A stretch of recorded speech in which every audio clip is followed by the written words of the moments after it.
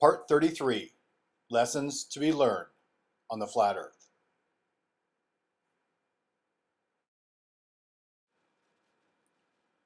Okay, guys, I thought long and hard about where I was going to go with starting the series back up. But I want everybody to understand, and I need you to completely understand this. Um, the series is not important.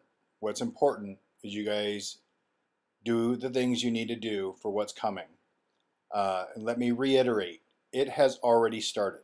The preliminary stuff has already started, and that's why I'm showing you a picture of the rain. Okay, so what I'm going to do with the series is I'm going to go to the end. And if there's time, I will backfill and I will go back and fill in the major portions of stuff that people still want to know about, but the small details and the minutia of it will most likely not be covered unless this changeover takes 7 years to happen. Okay, so lessons to be learned. That is what I think people need to hear right before um, the end. Lessons that mankind has never learned, um, and I'm hoping maybe they do hear this message, but I highly doubt it. Um, the world has been a certain way for, since the beginning of time, and I doubt that it's going to change.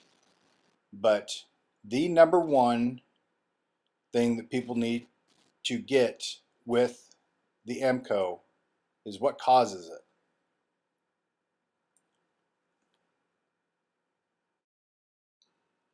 The EMPCOE happens regardless of what goes on down here. It is a biological function in the neuron that we live in or on, and that is not determined by us or anything down here whatsoever. That change of electricity that goes on in that neuron is what happens during the changeover. Um, but there is a part that we do play. And what makes the EMPCOE so devastating? The devastation from the EMPCOE is caused by us. When mankind decides to pursue technology, industry, and electricity, they sign the death knell for the absolute catastrophic amount of damage that's caused by the changeover, the EMPCOE. When mankind makes metals, when they create cities full of metals and wiring and electricity and all the gadgets that go along with that electricity, that is what causes the massive amount of damage that happens to especially the human population. Not as much the animal population, but the human population, because humans live predominantly in cities, and it's the cities that attract the plasma, and that's what causes the vast majority of the destruction, is because we build cities and we live outside of nature. If mankind decided that they wanted to live within nature, these EMPCOEs would not be as bad. Because one, you don't have the metals and the conductive wiring and electricity to attract the plasma. Where the plasma would ground, um, out in deposits of naturally, well, they're not even really naturally occurring ores, but in those places, right? And if people were living out and living within uh, or with nature, there's nothing that would be attracting the plasma to those places. Hence the reason why the Native Americans knew that the white man would be wiped out, because we built cities and we did all the things that you're not supposed to. The Native Americans were very specific on you have to live within nature, and that means no metals, no creature comforts, none of that. You know, subsistence farming, hunter-gatherer type societies. Those groups of people are going to fare really well compared to us, people that live in civilization.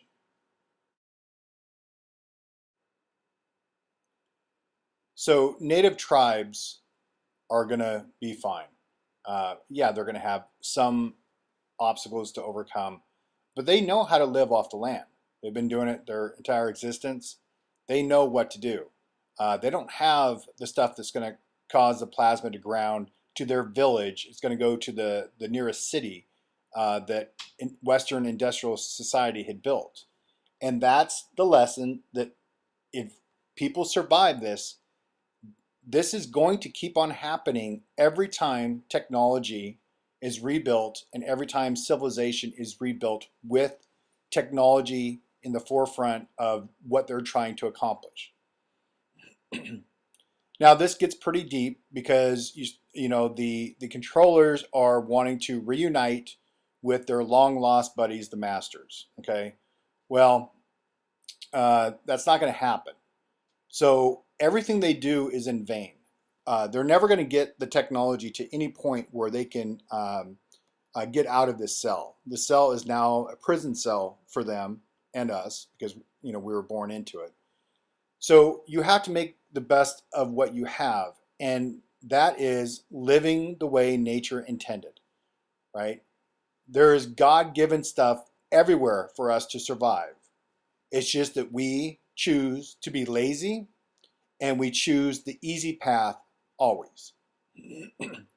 We want the creature comforts. We want the stuff to be entertained. We want the sugars, and we want all the good little things that civilization gives us. But when you rebuild civilization, all you're doing is signing everybody's death warrant when the next changeover happens. And the changeovers will always happen. It's never going to change. So what you have to do if you survive is you need to uh, say what Jesus and Buddha and all the rest of them did, the Native American societies, all the societies out there that stayed away from Western culture and industrial civilization. You have to live within nature. Now, most people aren't going to like this message. They're going to be like, "Well, no, I like my roof over my head, and I like the light bulbs on and everything else," because nobody's ever done it, right? The people that are watching this, nobody's ever been out there, and they've never slept out in the woods. They've never, yeah, sure, you may go camping and everything else, but you're not living hardcore, right? And we consider it hardcore because we don't have our beds to lay on and all that kind of stuff. But it's not bad. I've done it. After high school, I went and I backpacked around Northern California for a couple months before I joined the Army. And then in the Army, and I had just a backpack and I didn't even have a tent down there. I had a poncho. In Northern California, it rains a lot. And I left in January of 91. Yeah, 91 it was. And then in the military, okay? And there's military service and then there's military service. I was 11 Bravo. 11 Bravo was light infantry. When you do light infantry, you walk everywhere and you sleep out wherever you are. Doesn't matter what the weather is, doesn't matter the conditions. You live, you sleep, you eat, you do everything out there. And let me tell you, people, it's not bad. It's not bad at all. because you guys have been conditioned to believe that the only way to survive is having, a four-room house and a dishwasher and a microwave and a cell phone and all the little gadgets to survive. Well, you don't need those things. You don't need a TV. You don't need a car. You don't need a dishwasher. You don't need a washing machine. You don't need any of that stuff. The basic bare essentials of life. And life is actually very good when you break it down to the bare essentials. And it's one of the reasons why I've been married and divorced twice. I never wanted to live in a society where everything was pushed on buying and the consumer culture that we have. And my two ex-wives, they just could not do that.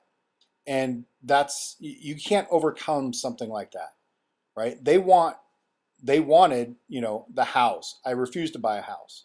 I even had a VA loan where I could have bought a house and I wouldn't do it because I don't believe that you need more. That what shelter is to keep you out of the elements, right? You don't need 5 bedrooms, and you don't need 5,600 square feet. 400, 500 square feet is more than enough.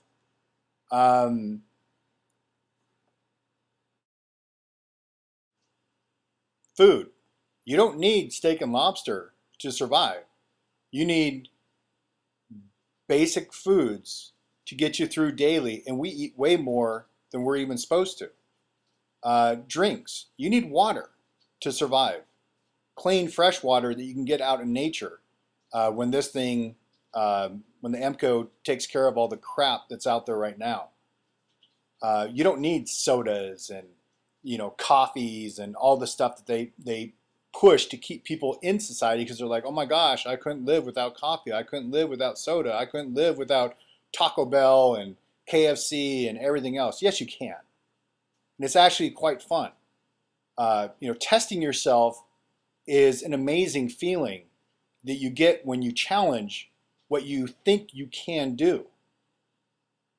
The basic things for survival are shelter, clothing for us because we have to, because we don't have the masters when they made us, they took the coat off of us so we would not want to go out into the elements. It was their way of imprisoning us through the temperatures that we would have to endure. So, yeah, we do have to have clothing, shelter, clothing, food, water, and air. You don't need anything more than that. And you can have an absolutely incredible life. Now, whose fault is it that society got to the point and civilization got to the point where this EMPCOE is going to eradicate everything that's closely tied to those civilizations, cities, and everything else? It's our fault, your fault, okay? Every time that you went out and you got in line to buy something that you did not need, it's your fault, okay? It's supply and demand. If people understood what they really needed in life, they would not buy into the marketing and the advertising and the peer pressure to go with the newest fashion trends, to go with the newest upgrade in cars or computers or cell phones. Everybody knows I never even had a cell phone until we went on a road trip. Kimberly wanted me to get one, so I got one for her. I never take it anywhere with me, and I only use it when she is out at the store and she has to call me or whatever. I never use the thing. Okay, I have a computer. I bought one computer my entire life, and I'm still using it. I bought one TV my entire life, and it was a tiny little one, and I bought that in 1999, and I had that all the way up until when I stopped watching TV. I don't even have a car right now, and I don't need a car. There's plenty of ways to get around without that stuff.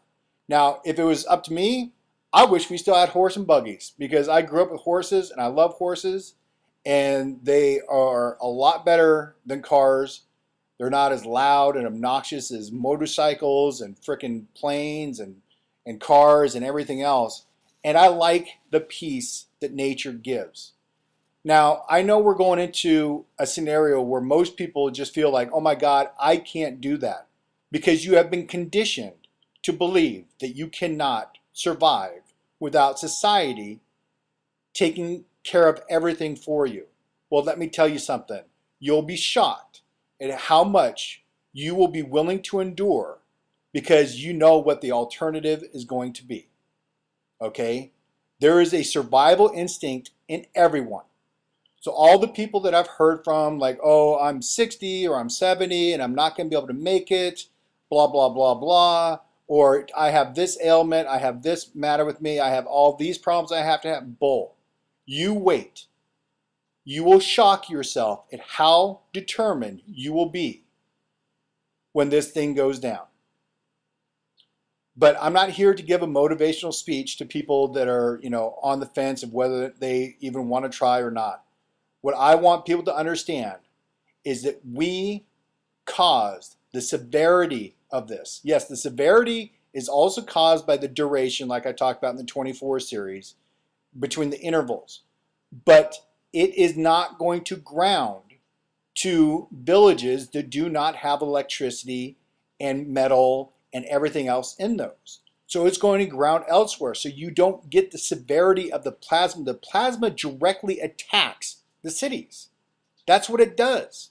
It's going to ground through every city, town, village out there that has electricity going through it. Kimberly and I got into a conversation the other night about the Amish. And she asked, well, how will they fare? And I said, they're going to fare very well. All right? Because they understood what they were not supposed to do. The Amish knew not to accept electricity, not to accept large pieces of metal. I mean, they have small hand tools and stuff like that that's metal, but they don't have buildings made out of steel. They still do everything old school. And they're going to fare extremely well because they live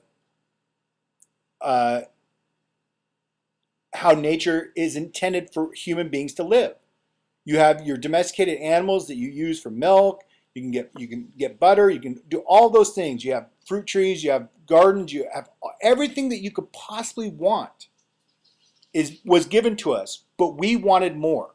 Mankind wanted more. So because of our greed, because of our desire to have, I don't know, people think it's fantastic that they can fly around the world. Congratulations. Guess what? That place around the world, when you get there, it's exactly like the place that you're at right now. It has people there, it has animals there, it has trees there, or it's a desert, or whatever. It's still the same. Anybody that's traveled understands that after a while you're like, okay, this is kind of all overhyped. And I got paid to travel because I was in the military. I haven't really traveled since then because it's kind of pointless, right? Everything that they push on you to get you to believe that you need to have this advancement and how wonderful and all these achievements and how great mankind is, well, guess what? It's going to get squashed, right? Mother Nature and karma is going to have the last laugh in this, not us. And she is going to destroy everything that we thought was great. All those tall skyscrapers, all the planes and all the things that we think were so great and so advanced. Well, guess what? We are going to be going back to the Stone Age, and we're going to be having to learn how to work with obsidian, making arrowheads and all that kind of stuff. So that to me is the lesson that has to be learned. Electricity, technology, and buildings are horrible for mankind because all you're doing is setting yourself up for failure, and you're going to keep on having these horrific EMPCOEs because the plasma is going to ground to that. If mankind learns its lesson and decides that, okay, we're going to live within nature, then these are survivable, and it won't even be that bad because the plasma is going to be going to different places, and it's not going to be going to where your little community is. So that's what I got for today. I will do the next one. We have got a lot of stuff going on right now. We're in the midst of moving, so I'm not sure when I'm going to start the next one up, but I'm going to go into the who, what, where, when, and why, and how on the model. All right, thanks, guys. Bye.